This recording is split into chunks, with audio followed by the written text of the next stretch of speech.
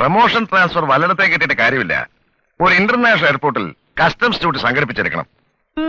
അത് ബുദ്ധി. പിന്നെ ശമ്പളം എന്തിനാ? കിമ്പളം പോരെ.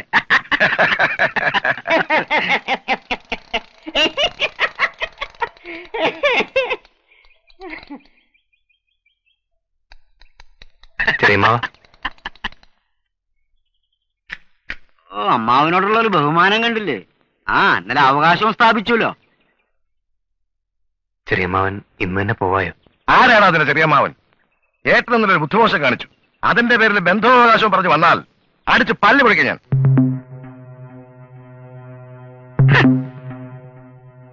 ചെറിയമ്മാവനാണ് അത്ര. എടുത്തു മാറ്റണം അതിന്റെ സൈക്കിള്. എടുത്തോളൂ പോടാ.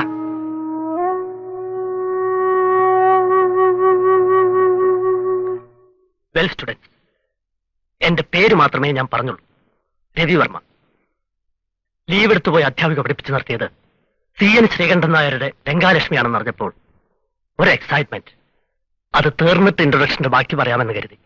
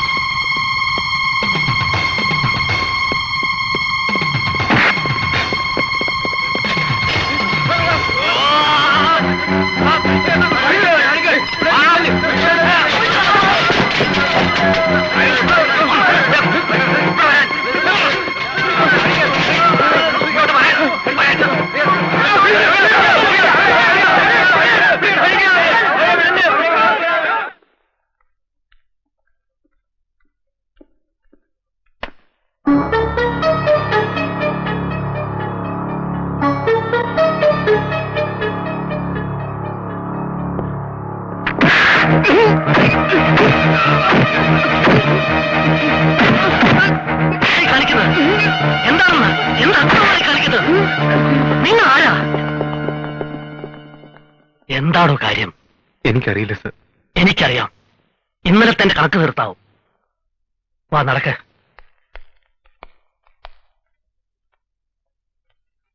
ഇനി തനിക്കൊരു നല്ല കാര്യം ചെയ്യാം. നേരെ ചെന്ന് അവനോട് പറയും. ഉടനെ കത്തിയും കഠാരിയുമായി അവൻ അങ്ങോട്ട് ചെല്ലും. പിറ്റേന്ന് അതിന്റെ ഇരട്ടി അവരിങ്ങോട്ടും.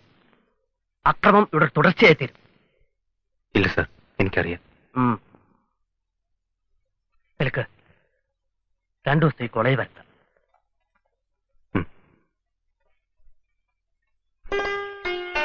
ഉണ്ണിയേട്ടന് എന്താ പറ്റിയേ? 2 ദിവസമായിട്ട് കണ്ടേയില്ല. ഇതേ നെച്ചി മുറിഞ്ഞിരിക്കണു. ഓ, സൈക്കിളിൽ നിന്ന് വീണു. കൈ വിട്ട് ബാലൻസ് കാണിച്ചു കാണും. പണ്ടേ ഉണ്ടല്ലോ വീരസം കാണിക്കാനുള്ള വിക്രാസ്. നീ എന്താ കരുതണേ? ഞാനിപ്പോഴും വള്ളിനിക്കർ വിട്ട് നിന്റെ ചേട്ടന്റെ സൈക്കിൾ വാങ്ങി അഭ്യാസം കാണിച്ചു നടക്കണം ചെറുക്കനാന്നാ? ഓ, വളർന്ന് പോത്തുപോലെ ആയെന്ന് വെച്ചാലും എനിക്കിപ്പോഴും പഴയ ഉണ്ണിയേട്ടൻ തന്നെയാ. അങ്ങനെയല്ല, ഈ കൊല്ലോടെ കഴിഞ്ഞാൽ എനിക്കൊരു ഡിഗ്രി സ്വന്തമാവും. IAS വരെ എഴുതാൻ അത് മതി. ഒന്നുമില്ലെങ്കിലും ഒരു ജോലി ഞാൻ ഒപ്പിച്ചെടുക്കും. എന്നിട്ട് വേണം നിന്റെ അച്ഛന്റെ മുന്നിൽ നിവർന്നു നിന്ന് ചോദിക്കാൻ. എന്ത് ചോദിക്കാൻ? എന്റെ മുറപ്പെണ്ണ് എനിക്ക് കെട്ടിച്ചേരുവെന്ന്. അച്ഛൻ സമ്മതിച്ചില്ലെങ്കിലോ? ഇല്ലെങ്കിലെന്താ? പഠിപ്പുരയുടെ മുന്നിൽ വന്ന് 3 പ്രാവശ്യം വിളിക്കും. നീ ഇറങ്ങി വരും. അതന്നെ.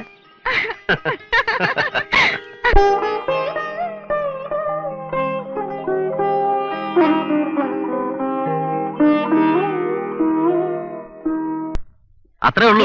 അല്ല, എന്തായി? പ്രശ്നങ്ങളൊക്കെ തീർന്നോ? എന്ത് പ്രശ്നം? കേട്ടു ഉണ്ണി, എന്ത് പ്രശ്നമെന്ന്. ഉണ്ണി ഇല്ലെങ്കിൽ കാണായിരുന്നൊന്ന്. എന്ത് കാണാൻ? ജനിച്ച എന്നായാലും ഒരു ദിവസം മരിക്കണം. അത് വിശ്വസിക്കുന്ന പ്രസ്ഥാനത്തിന് വേണ്ടിയാണെങ്കിൽ അത്രയും സന്തോഷം. അങ്ങനെ കുരുതി കുഞ്ഞിട്ട് നടക്കുന്നവരാരെ സ്നേഹിക്കാൻ പോകരുത്, ആശിപ്പിക്കരുത്. ഈ കാര്യത്തിൽ മേഴ്സി പറഞ്ഞതിനോട് ഞാൻ യോജിക്കും. ഒരു പെൺകുട്ടിയെ പ്രേമിക്കുക, ആരെതിർത്താലും ഒരുമിച്ച് ജീവിക്കുമെന്ന് വാക്കുകൊടുക്കുക, എന്നിട്ട് ആയുസ് കൊണ്ടുപോയി കത്തിമുനയിൽ പണയം വെക്കുക, രണ്ടും കൂടി നടക്കില്ല. പറഞ്ഞു കൊടുക്ക്. ഞാൻ പറയുമ്പോ എനിക്ക് ബുദ്ധിയില്ലെന്ന് പറയും. ഉണ്ണിയാവുമ്പോ ആ കുറവ് പറയില്ലല്ലോ. ആ, ഇനി ഞാനൊന്ന് ഒഴിവായി തരുന്നതാണല്ലോ എന്റെ ഭംഗി. വർമ്മ മാഷെ ഒന്ന് കാണണം. യൂത്ത് ഫെസ്റ്റിൽ നാടകം എഴുതിക്കൊണ്ടിരിക്കുക. ഇനി ദിവസം അധികമില്ല. ആ, ഉപദേശത്തിന്റെ കാര്യത്തിൽ എനിക്ക് ഒരു ക്ഷാമമില്ല. നിന്റെ അത് പോട്ടെ, സഹിക്കാം. അച്ഛന്റെ വകയാണ് കേൾക്കേണ്ടത്, നാട്ടുകാരുടെ വേറെ. ഒരു ഉടപ്പറന്നോളുള്ളത് പിന്നെ വലിയ കുഴപ്പമില്ല. നേരിട്ടില്ല, ത്രൂ പ്രോപ്പർ ചാനൽ, ഉണ്ണി വഴിയാ. അതെന്താ അങ്ങനെ? അങ്ങനെയാണ് അതിന്റെ ഒരു ലൈൻ. കണ്ണടച്ച് പാല് കുടിക്കുന്നത് കൊണ്ട് ഞങ്ങളാരും അറിയുന്നില്ലെന്നാണ് രണ്ടുപേരുടെയും വിചാരം. പക്ഷെ എനിക്ക് സന്തോഷമുള്ളൂ മേഴ്സി. പാരമ്പര്യവും പ്രതാപവും പറഞ്ഞു നടക്കുന്ന എന്റെ അച്ഛൻ തപസ്സിരുന്നാ പോലും ഉണ്ണിയെപ്പോലൊരുത്തിന് എന്റെ പെങ്ങൾക്ക് കിട്ടില്ല. അല്പ എക്സ്പെരിമെന്റിലാണ്. ഡയലോഗ് ബൈഹാർട്ട് ചെയ്യണം. പ്രോംപ്റ്റ് ചെയ്താൽ ശരിയാകില്ല. അത് ഞാൻ ഏറ്റു. മാഷുണ്ടാവല്ലോ കൂടെ. ആ, പിന്നെ ഞാനെന്ന് പറഞ്ഞില്ലേ ഒരു IAS കോച്ചിങ് ക്ലാസിന്റെ കാര്യം. നമ്മുടെ കോളേജിൽ അതിന് സാധ്യതയില്ല. പക്ഷെ കോച്ചിങ് ക്ലാസ് ഇല്ലാതെയും ധാരാളം പേർ IAS പാസ്സാകുന്നുണ്ടേ. ഈ സമ്പന്നന്മാർക്ക് മാത്രം പറഞ്ഞിട്ടുള്ളൊന്നുമില്ല IAS. ബുദ്ധിയും പരിശ്രമവും ലക്ഷ്യബോധവും ഉണ്ടെങ്കിൽ ഡിഗ്രി കഴിഞ്ഞാൽ തനിക്ക് നിസ്സാരമാണ്. ആഗ്രഹമില്ലാഞ്ഞിട്ടല്ല മാഷെ, എന്റെ സാഹചര്യം മാഷ് അറിഞ്ഞൂടാ. ഞാൻ അറിഞ്ഞിടത്തോളം ദാരിദ്ര്യം താൻ അറിഞ്ഞിട്ടുണ്ടാവില്ല. ഓ, വിശപ്പല്ല മാഷെ പ്രശ്നം. കോളേജില് വാസുവിനല്ലാണ്ട് മറ്റാർക്കും എന്നെ അറിഞ്ഞൂടാ. മാഷ്കറിയോ, ഞാൻ അവന്റെ അച്ഛന്റെ പെങ്ങളുടെ മകനാ. ആ തറവാട്ടിലെ കാര്യസ്ഥന്റെ മകനായിരുന്നു എന്റെ അച്ഛൻ. വീട്ടുകാരൻ നിശ്ചയിച്ച കല്യാണത്തിന്റെ തലേന്ന് രാത്രി അച്ഛൻ അമ്മയെ വിളിച്ചിറക്കി കൊണ്ടുവന്നപ്പോൾ അടഞ്ഞതാണ് ആ പടി. കൊപ്ര കച്ചവടത്തിന്റെ നേരും നിറയും മാത്രമേ അച്ഛനറിയാമായിരുന്നുള്ളൂ. പൊളിഞ്ഞു. കടം കയറി മുങ്ങിയപ്പോൾ ഒരെളുപ്പ വഴി നോക്കി. ഒരു തുണ്ട് കയറ്. മഹസർ എഴുതാമെന്ന പോലീസുകാരൻ ചെറുപ്പം വിടാത്ത എന്റെ അമ്മയുടെ സംരക്ഷകനായി. പിന്നെ സംബന്ധക്കാരൻ. നാട്ടിൽ വേറൊരു ഭാര്യയും മക്കളുമുള്ള ഒരു വൃത്തികെട്ട മനുഷ്യൻ. 3 വയസ്സ് മുതൽ ആ വൃത്തികെട്ട മനുഷ്യന്റെ ചോറ് കഴിച്ചാണ് ഞാൻ വളർന്നത്. സ്കൂൾ വിട്ടു വരുമ്പോൾ എന്റെ വീട്ടുതണ്ടയിൽ ഒരു പീറ പോലീസുകാരന്റെ തൊപ്പി കണ്ടാൽ ഞാൻ തിരിഞ്ഞു നടക്കണം. അയാൾ പോയിട്ട് അകത്തേക്ക് കടക്കാൻ പറ്റും. വളർന്നത് ശരീരം മാത്രമായിട്ടല്ല മാഷെ, നാണം കെട്ട മനസ്സുമായിട്ടാ. ഉണ്ണികൃഷ്ണ, സാഹചര്യങ്ങൾക്ക് കീഴ്പ്പെടുന്നവനല്ല, സാഹചര്യങ്ങളെ കീഴ്പ്പെടുത്തുന്നവനാണ് പുരുഷൻ. തന്റെ മുഖത്ത് ഞാൻ കാണുന്നത് ഒരു ആൺകുട്ടിയെ തന്നെയാ. നീ നാളെ സ്പെഷ്യൽ ക്ലാസ്സിന് വരണ്ട. എന്താ കാര്യം? നിന്നെ കിട്ടുന്നിടത്ത് വെച്ച് കണക്കെടുക്കാൻ കാത്തിരിക്കാണ് അവര്. അതിന് ഇത്തവണയൊന്ന് പിടിച്ചു മാറ്റാൻ എന്നെ കൊണ്ടാവില്ല. അതന്നെ അവന്റെ ഒരു ചോദ്യം. നിന്നോട് ആര് പറഞ്ഞു? പറഞ്ഞതാരും ആകട്ടെ. പറഞ്ഞതാരാന്ന് പറ, എനിക്കറിയണം. മേഴ്സി പറഞ്ഞു. മേഴ്സിയോ?